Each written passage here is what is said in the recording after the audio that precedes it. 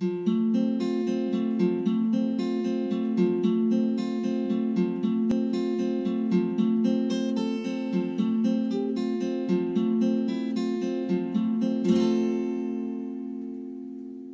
back to the Magical Mothering Method. I'm Stephanie Matthews, and this is week 39, the Stellar Gateway Reprogramming. Now, the Stellar Gateway is always there. We don't necessarily need to be of any different other than realizing that we are a spiritual being in a physical body. Now, the Egyptians understood this very well, which is why they actually did the ceremonial practices of preparing their physical bodies for death, because they did not want to be leaving their bodies behind. They wanted to be bringing their physical bodies with them through the stellar gate so that they could become one and go back to source. We don't necessarily have those same concepts in this Western society. We often think of death as very permanent, that once our physical body dies, that's it. And if we are to really become awakened or remember the bigger picture, and these past few weeks of working with our past lives may be something very new to you. These past few weeks of learning about dimensions or the Merkaba, or that there's other energies and aspects to this world. We are not alone. We are very much not alone in this big, giant universe. And so thinking that we are the only people occupying this universe is a very egotistical and self-centered way of thinking. And it's also a way to keep us chained down or in bondage. So I want to talk and do a reprogramming this week on really the aspects of being in forms of bondage or slavery to our bodies and to the control of outside influences. So through utilizing the Stellar Gate crystal selenite, especially phantom selenite, this is a crystal clear form of selenite. The white selenites that you usually see are a satin spar, so they are equally great at neutralizing energy, but they can't necessarily be used in a ritual or a reprogramming. They don't hold intention well, but they do neutralize well, simply because they don't have the clarity. When you have stones with clarity, such as quartz crystal versus white quartz, the white quartz is a great healer. Clear quartz is a program. You can actually embed it with intention. Same with the selenite. So we are going to take this phantom Utah selenite and we're going to use it to create a very strong ritual of releasing and cutting the chains of bondage. Now, I want you to scan your body. If you know that you have any sort of dis-ease or conditions in the body that are actually keeping you from actually living life to the fullest, if there are things actually going on in your body that you know of that are causing real physical sensations of being in bondage or being almost a slave to that condition, I would like for those to come top of mind right now. So now that you have those on the top of mind, if you don't necessarily have physical conditions, go on to mental conditions. Do you have depression, anxiety? Do you have things that are limiting thoughts that literally hold you back from living the life of your dreams? If mental or physical emotions are not it, what kind of emotional limitations do you have? Do you often feel like a little child? Do you often feel like a teenager throwing temper tantrums? Do you often feel very immature? Do you often have emotional upsets that come over you? And then, if neither one of those, do you have spiritual blockages? Do you have things that are really blocking you from connecting to Source, from really living your purpose, from sharing your gifts, from being who and what you know that you want to be. And come into recognition of one of those. So I'm going to share one of mine. Is this year is really strengthening my body, realizing that it is time to strengthen my physical body.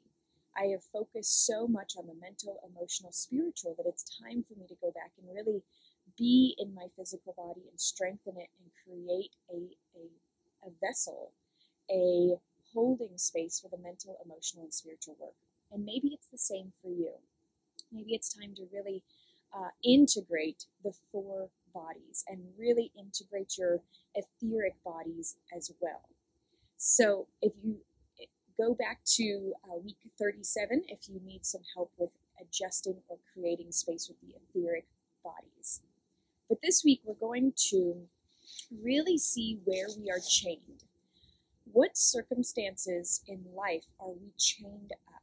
And if you don't receive the workbooks, if you're not a part of the full Magical Mothering Method or Chakra Box program, you can simply go to magicalmothering.com and click on Chakra Box to find out more about being a part of the full program, to receive weekly emails so that you can stay up to date with the program, get the PDF and real workbooks sent to your home, along with a beautiful chakra crystal and a chakra potion to help integrate this work fully.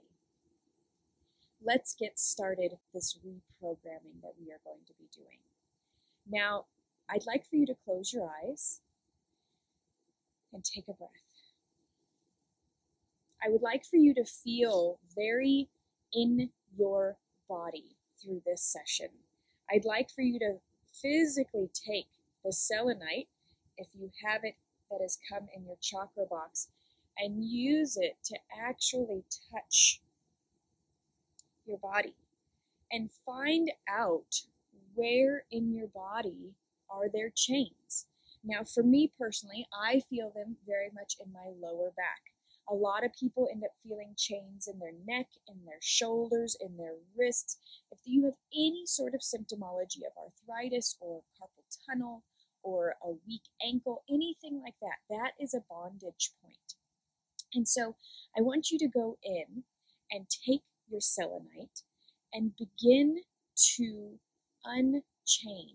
Now I want you to imagine these chains link by link by link, just as real metal chains are. And then I want you to imagine a shackle, either on wrists or ankles or around the neck or all of these points.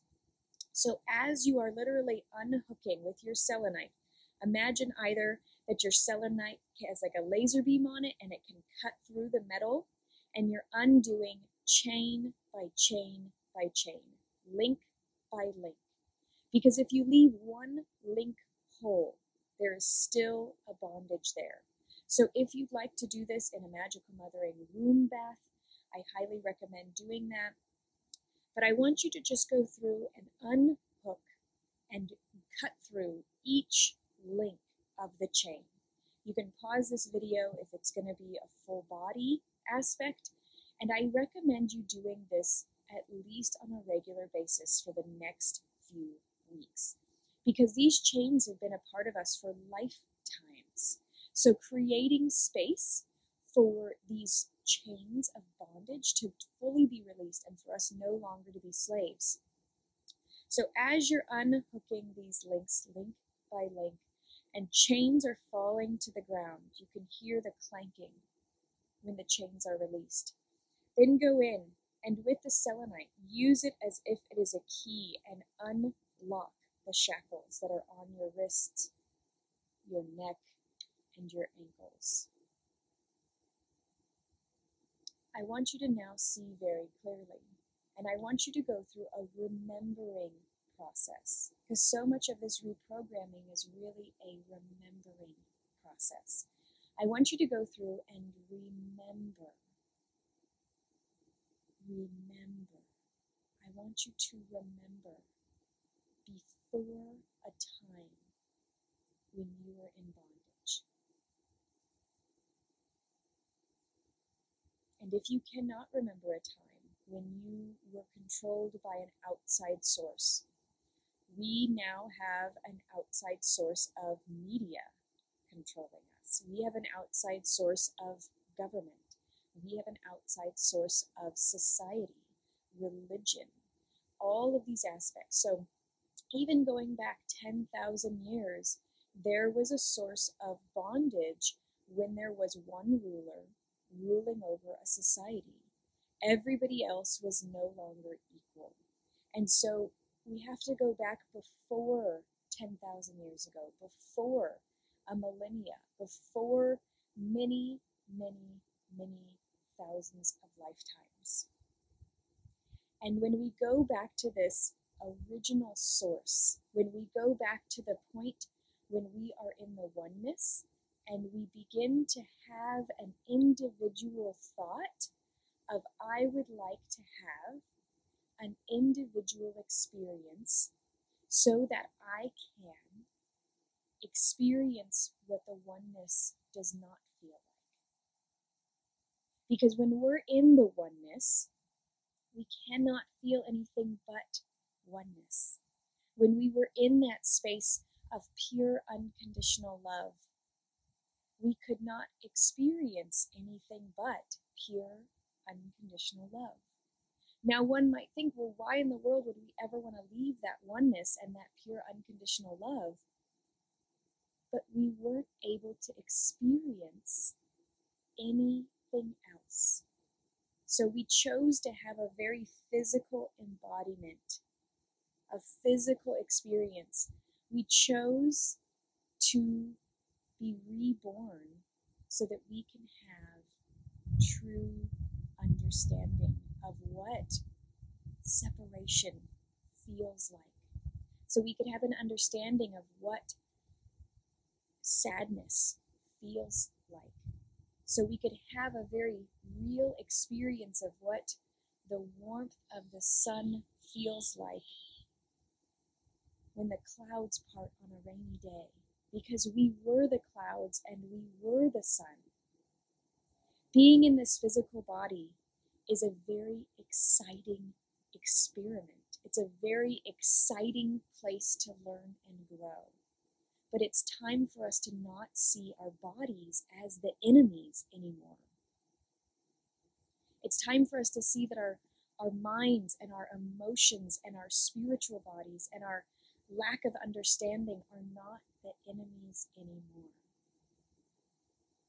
If we have no one against us, then everything is for us. This is what the clear selenite can remind us of.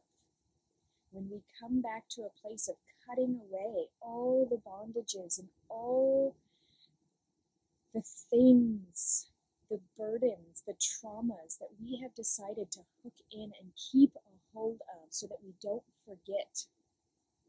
It's now time to remember that we don't have to hold on to all of these aspects. It's time to remember that we can be free, that we can love fiercely, unconditionally, that we do not need to be afraid of the repercussions of us being whole. We can allow for our bodies to simply give whatever disease, whatever aspects of our bodies are no longer serving us, we can allow for those to be let go. We can see that we can be free. Now, freedom is a very fear-causing emotion because it has been lifetimes since we have been free. We have been held under some sort of bondage, like I said, for tens of thousands of years. And so as you allow for yourself to experience complete freedom, complete allowing of whatever it is that your heart desires, for you to be able to create and have that space open up to you. I want you to kind of imagine that there is this aspect of going back to a very primitive way of being and thinking. And so spending time outside and connecting with the life forces of nature is a very important aspect of connecting with this freedom, connecting with the stellar gateway, connecting with our Merkaba, breathing, not having any restrictions around us. So allowing for ourselves to really get back to that primitive way of being. And being in that primitive aspect of way of thinking and having pure intentionality of not focusing so much on what do I need, what do I want, what can I get, what's in it for me, but what can I be present for? What can I experience? What can I feel?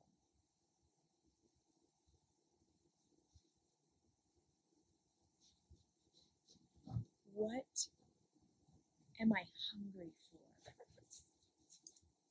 Am I hungry for a wildness? Am I hungry for a connection? Am I hungry for new excitement? Am I hungry for a way of creating space? Because that is going to be the biggest aspect. Allowing for these aspects and these pieces and parts of you to come forward and no longer be restrained.